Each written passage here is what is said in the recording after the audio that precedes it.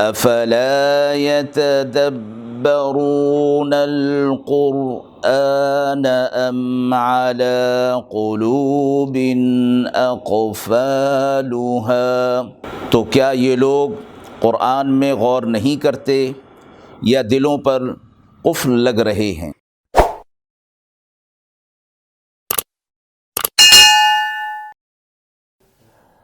بسم اللہ الرحمن الرحیم۔ السلام علیکم ورحمۃ اللہ۔ ناظرین کرام،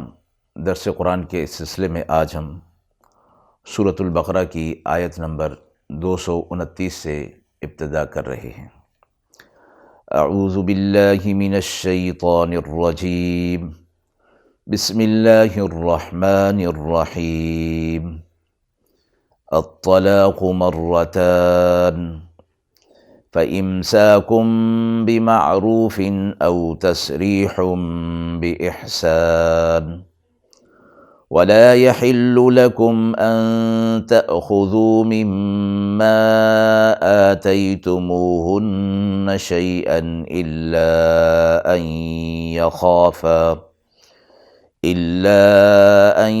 يخافا ألا يقيما حدود الله،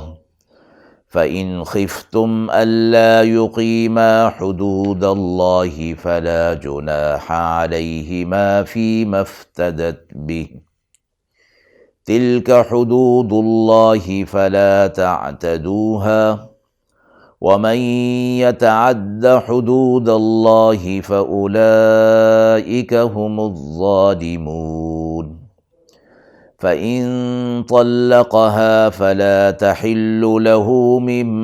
بعد حتى تنكح زوجا غيره، فإن طلقها فلا جناح عليهما أن يتراجعا إن ظنا أن يقيما حدود الله، وَتِلْكَ حُدُودُ اللَّهِ يُبَيِّنُهَا لِقَوْمٍ يَعْلَمُونَ۔ طلاق رجعی 2 بار تک ہے، اس کے بعد رکھ لینا دستور کے مطابق یا چھوڑ دینا بھلے طریقے سے، اور تم کو یہ روا نہیں کہ اپنا دیا ہوا ان عورتوں سے لے لو، مگر جب کہ خاوند اور عورت دونوں ڈریں اس بات سے کہ قائم نہ رکھ سکیں گے اللہ کے حکم کو۔ پھر اگر تم لوگ ڈرو اس بات سے کہ دونوں قائم نہ رکھ سکو گے اللہ کے حکم کو، تو کچھ گناہ نہیں دونوں پر اس میں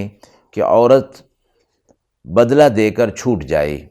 یہ اللہ کی مقرر کی ہوئی حدود ہیں، سو ان سے آگے مت بڑھو، اور جو کوئی اللہ کی مقرر کی ہوئی حدود سے آگے بڑھ جائے گا سو ایسے ہی لوگ ظالم ہیں۔ پھر اگر اس عورت کو طلاق دی، یعنی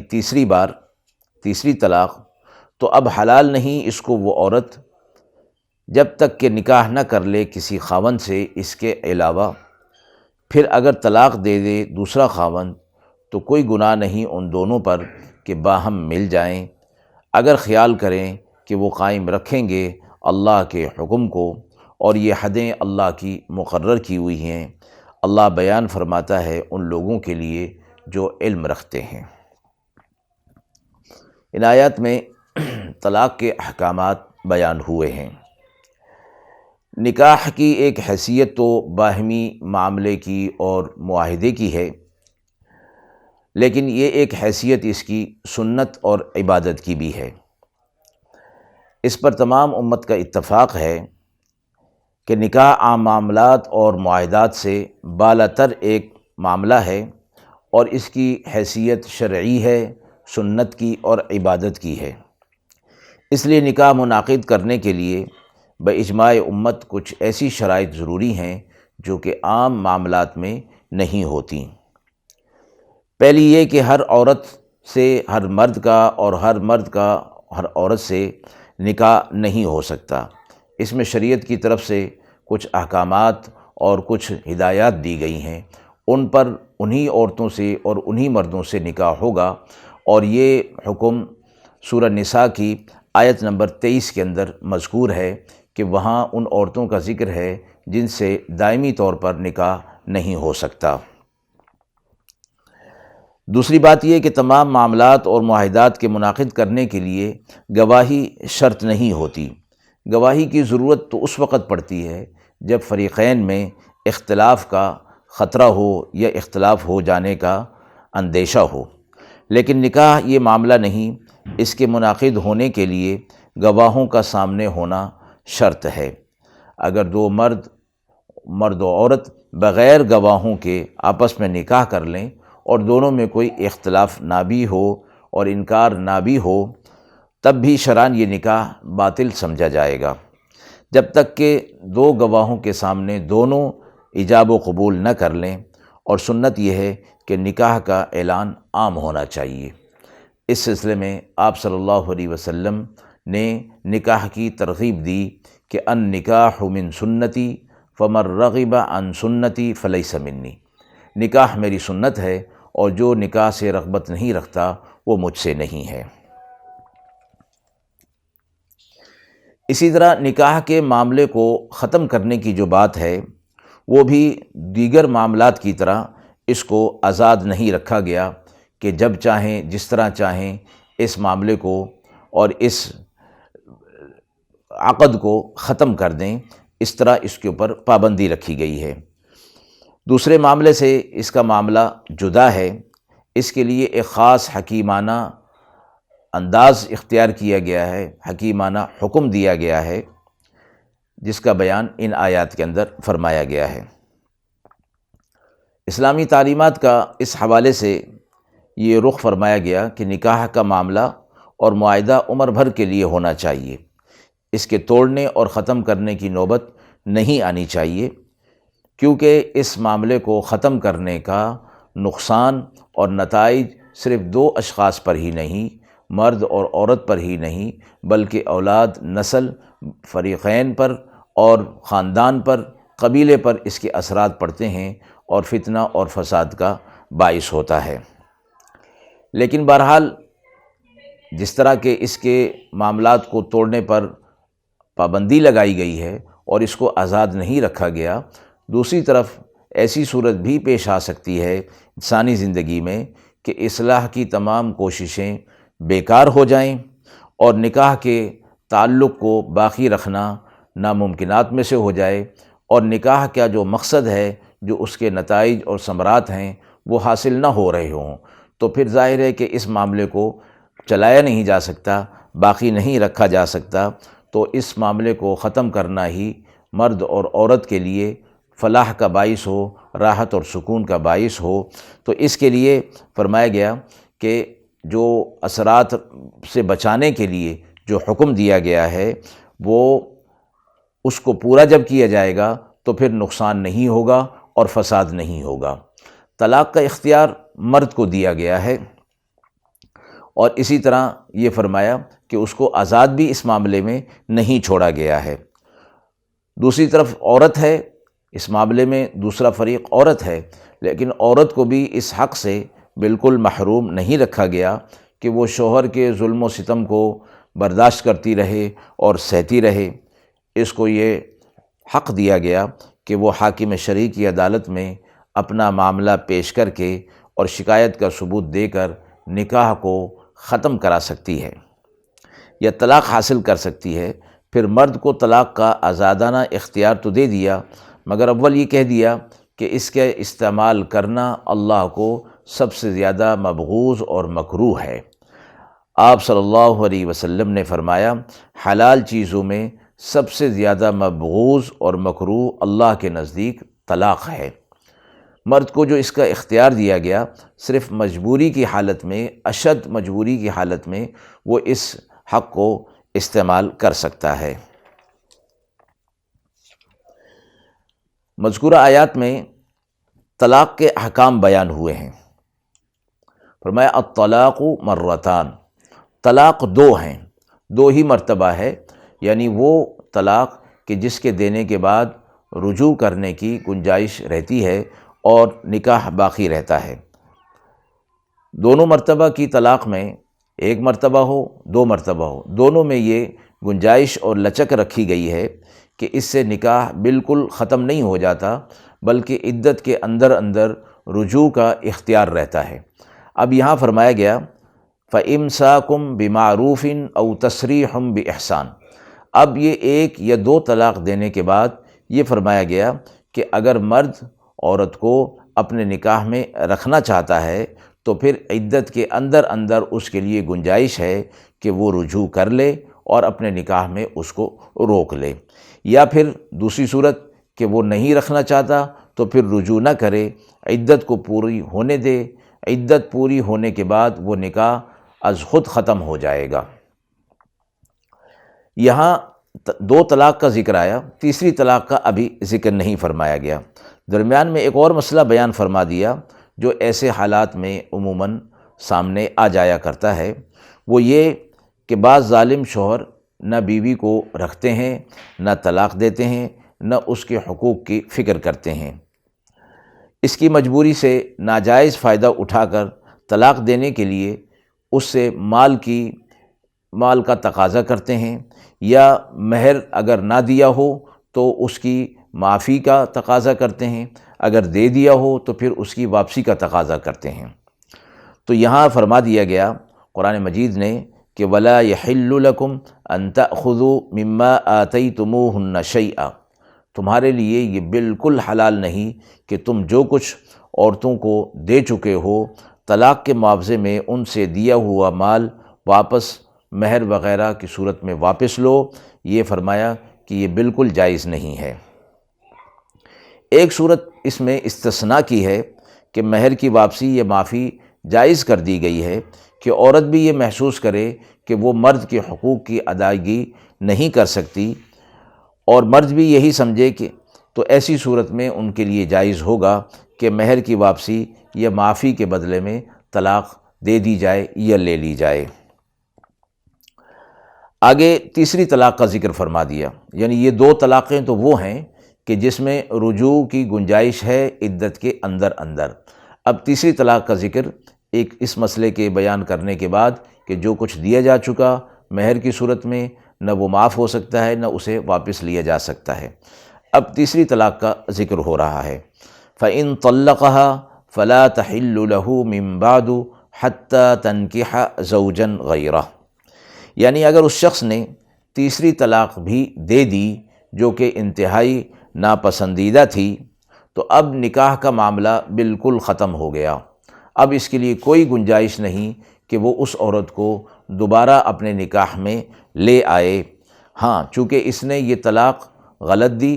تیسری طلاق بلا وجہ تیسری طلاق دی، تو اس کی سزا اب اس کو یہ دی جا رہی ہے کہ اگر دونوں عورت اور مرد راضی ہو جائیں کہ پھر آپس میں نکاح کرنا چاہیں تو وہ اب نہیں کر سکتے۔ اس کی صورت یہ ہوگی کہ یہ عورت عدت طلاق کو پورا کرے گی، تیسری طلاق کی عدت پورا کرے گی، اس کے بعد پھر کسی دوسرے مرد سے یہ نکاح کرے گی اور حقوق زوجیت ادا کر کے دوسرے شوہر کے ساتھ رہے، پھر وہ شوہر بھی اس کو طلاق دے دے یا وہ اس شوہر کا انتقال ہو جائے، دونوں صورتوں میں طلاق ہو جائے تو طلاق کی عدت پوری کرے، اور شوہر اگر فوت ہو جائے تو اس کی عدت پوری کرے، تب جا کر یہ اپنے پہلے شوہر سے نکاح کر سکتی ہے۔ آخری جملے میں یہی فرمایا گیا فَإِن طَلَّقَهَا فَلَا جُنَاحَ عَلَيْهِمَا أَن يَتَرَاجَعَا، اور اس صورت کو شریعت میں حلالہ کرنا کہا جاتا ہے۔ قرآن مجید کے اسلوب پر یہاں ان آیات کے حوالے سے غور کرنے سے یہ بات معلوم ہو جاتی ہے کہ طلاق دینے کا اصل شرعی طریقہ یہی ہے کہ زیادہ سے زیادہ دو طلاق دے دی جائیں، تیسری طلاق تک نوبت نہیں پہنچانی چاہیے، یہ کسی طرح بھی مناسب نہیں۔ الفاظ آیت الطلاق مرتان کہ طلاق دو ہی مرتبہ ہے، تیسری طلاق کو حرف ان کے ساتھ فَإِن طَلَّقَهَا یعنی شرط کے ساتھ کہ پس اگر وہ طلاق دے دے، اس طرف اشارہ موجود ہے، ورنہ سیدھی تعبیر یہ بھی ہو سکتی تھی کہ الطلاق ثلاث کہا جاتا کہ طلاقیں جو ہیں وہ تین ہیں۔ اس کو چھوڑ کر یہ تعبیر اختیار فرمائی اس میں واضح اشارہ ہے کہ تیسری طلاق تک پہنچنا کی نوبت ہی نہیں آنی چاہیے۔ یہی وجہ ہے کہ امام مالک اور بہت سے فقہا نے تیسری طلاق کی اجازت ہی نہیں دی، وہ اس کو طلاق بدعت کہتے ہیں۔ یعنی مرد کے لیے یہ بات جائز نہیں رکھی گئی کہ وہ 2 طلاق سے آگے بڑھے، اسے اگر چھوڑنا ہی ہے تو ان 2 طلاقوں تک ہی رکے، اور عدت گزر جانے کے بعد وہ از خود اس کے نکاح سے خارج ہو جائے گی۔ جس شخص نے یہ 2 درجے طلاق کے طے کر لیے، اس کے لیے آگے یہ ہدایت دی گئی، فَإِمْسَاكُمْ بِمَعْرُوفٍ أَوْ تَسْرِيحٌ بِإِحْسَانٍ۔ یہ 2 طلاقوں والا معاملہ کہ اس میں اگر وہ رکھنا چاہتا ہے تو پھر اسے یہ دیکھنا ہوگا کہ رجوع کرنے کے بعد وہ اس کو بہتر طریقے سے، معروف اور بھلے طریقے سے رکھ سکتا ہے تو پھر رجوع کرے، ورنہ اس کو چھوڑ دے۔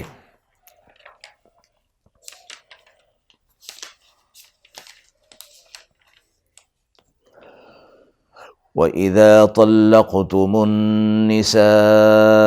فَبَلَغْنَ أَجَلَهُنَّ فَأَمْسِكُوهُنَّ بِمَعْرُوفٍ أَوْ سَرِّحُوهُنَّ بِمَعْرُوفٍ وَلَا تُمْسِكُوهُنَّ ضِرَارًا لِتَعْتَدُوا وَمَنْ يَفْعَلْ ذَلِكَ فَقَدْ ظَلَمَ نَفْسَهُ وَلَا تَتَّخِذُوا آيَاتِ اللَّهِ هُزُوًا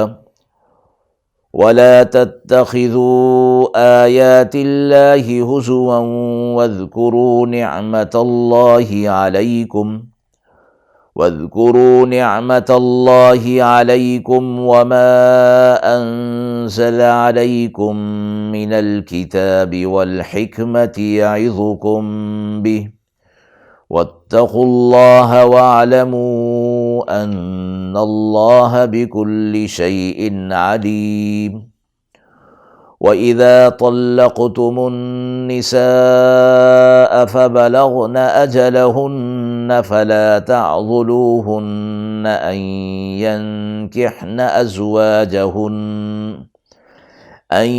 يَنكِحْنَ أَزْوَاجَهُنَّ إِذَا تَرَاضَوْا بَيْنَهُم بِالْمَعْرُوفِ ذَلِكَ يُوعَظُ بِهِ مَن كَانَ مِنكُمْ يُؤْمِنُ بِاللَّهِ وَالْيَوْمِ الْآخِرِ ذَلِكُمْ أَزْكَىٰ لَكُمْ وَأَطْهَرُ وَاللَّهُ يَعْلَمُ وَأَنْتُمْ لَا تَعْلَمُونَ۔ اور جب طلاق دی تم نے عورتوں کو، پھر پہنچیں اپنے عدت کو، تو رکھ لو ان کو دستور کے مطابق یا چھوڑ دو ان کو بھلے طریقے سے، اور نہ روکے رکھو ان کو ستانے کے لیے تاکہ ان پر تم زیادتی کرو، اور جو ایسا کرے گا بے شک وہ اپنا ہی نقصان کرے گا۔ اور مت ٹھہراؤ اللہ کے احکام کو ہنسی اور مذاق کا ذریعہ، اور یاد کرو اللہ کا احسان جو تم پر ہے، اور اس کو جو اس نے تم پر کتاب نازل کی، علم کی باتیں، حکمت کی باتیں تم کو نصیحت کرتا ہے وہ ان کے ساتھ، اور ڈرتے رہو اللہ سے، اور جان رکھو کہ اللہ ہر چیز کا علم رکھتا ہے۔ اور جب طلاق دی تم نے عورتوں کو، پھر وہ پورا کر چکیں اپنے عدت کو، تو اب نہ روکو ان کو اس سے کہ نکاح کر لیں اپنے انہی خاوندوں سے جب کہ راضی ہو جائیں آپس میں دستور کے مطابق۔ یہ نصیحت اس کو کی جاتی ہے جو تم میں سے ایمان رکھتا ہے اللہ پر اور قیامت کے دن پر، اس میں تمہارے لیے ستھرائی اور پاکیزگی ہے، اور اللہ جانتا ہے تم نہیں جانتے۔ پہلی آیت میں یہ مسئلہ بیان فرمایا گیا کہ جب مطلقہ رجعی عدت گزارنے کے قریب آئے تو شوہر کو 2 اختیار حاصل ہیں، ایک یہ کہ رجعت کر کے، رجوع کر کے اس کو اپنے نکاح میں رہنے دے، دوسرا یہ کہ رجوع نہ کرے اور نکاح کے تعلق کو ختم کر کے اس کو بالکل آزاد کر دے، یعنی عدت جو ہی پوری ہوگی رجوع نہ کرنے کی صورت میں نکاح کا تعلق ختم ہو جائے گا۔ لیکن دونوں اختیاروں میں قرآن مجید نے یہ قید لگا دی کہ رکھنا ہو تو دستور اور قاعدے کے مطابق رکھا جائے اور چھوڑنا ہو تو تب بھی دستور اور قاعدے کے مطابق چھوڑا جائے۔ مطلب یہ ہے کہ جب رجوع کرنے کا ارادہ ہو تو اس پر دو معتبر مسلمانوں کو گواہ بنا لیا جائے۔ اس میں کئی فائدے ہیں۔ ایک یہ کہ اگر عورت کی طرف سے رجعت کے خلاف کوئی دعویٰ ہو تو اس گواہی سے کام لیا جا سکے۔ دوسرا، خود انسان کو اپنے نفس پر بھی بھروسہ نہیں ہونا چاہیے کہ اگر رجعت پر شہادت کا قاعدہ نہ جاری کیا جاتا تو ہو سکتا تھا کہ کوئی شخص عدت پوری گزر جانے کے بعد بھی اپنی غرض یا شیطانی وسوسے سے یہ دعویٰ کر بیٹھتا کہ میں نے عدت گزرنے سے پہلے ہی رجوع کر لیا تھا، حالانکہ اس نے عدت گزرنے سے پہلے رجوع نہیں کیا بلکہ عدت کے بعد وہ رجوع کر رہا ہے۔ ان احکامات کے میں جو ارشاد فرمایا گیا کہ اس کی جو پیروی نہیں کرے گا، پابندی نہیں کرے گا، وَمَن يَفْعَلْ ذَلِكَ فَقَدْ ظَلَمَ نَفْسَهُ، یعنی جو شخص ان حدود کی پابندی نہیں کرے گا، خلاف ورزی کرے گا، وہ کسی کا نہیں اپنا ہی نقصان کرے گا۔ آخرت میں ظاہر ہے کہ وہاں ہر شخص سے دنیا میں کیے گئے اس کے ظلم کا انتقام اور بدلہ اللہ رب العزت لیں گے، اور جب تک مظلوم کا بدلہ ظالم سے نہ لے لیا جائے گا کوئی اپنی جگہ سے ہل نہیں سکے گا۔ پھر آیت میں یہ فرمایا گیا کہ وَلَا تَتَّخِذُوا آیَاتِ اللَّهِ هُزُوًا، اللہ تعالیٰ کی آیات کو، احکامات کو ہنسی اور کھیل کا مذاق نہ بناؤ۔ فرمایا گیا کہ حدود، شرائط جو مقرر کی گئی ہیں ان کی خلاف ورزی کرنا یہ ہنسی اور مذاق ہے اللہ کے احکامات کے ساتھ۔ حضرت ابو درداء رضی اللہ تعالی عنہ سے منقول ہے کہ زمانہ جاہلیت میں بعض لوگ طلاق دے کر یا غلام آزاد کر کے مکر جاتے تھے اور کہتے تھے کہ میں نے تو ہنسی مذاق میں کہہ دیا تھا، طلاق یا عتاق کی نیت نہیں تھی۔ اس پر یہ آیت نازل ہوئی جس میں یہ فیصلہ فرما دیا گیا کہ طلاق و نکاح کو اگر کسی نے کھیل یا ہنسی مذاق میں بھی پورا کر دیا تو وہ نافذ ہو جائے گا، نیت نہ کرنے کا عذر قابل قبول نہیں ہوگا۔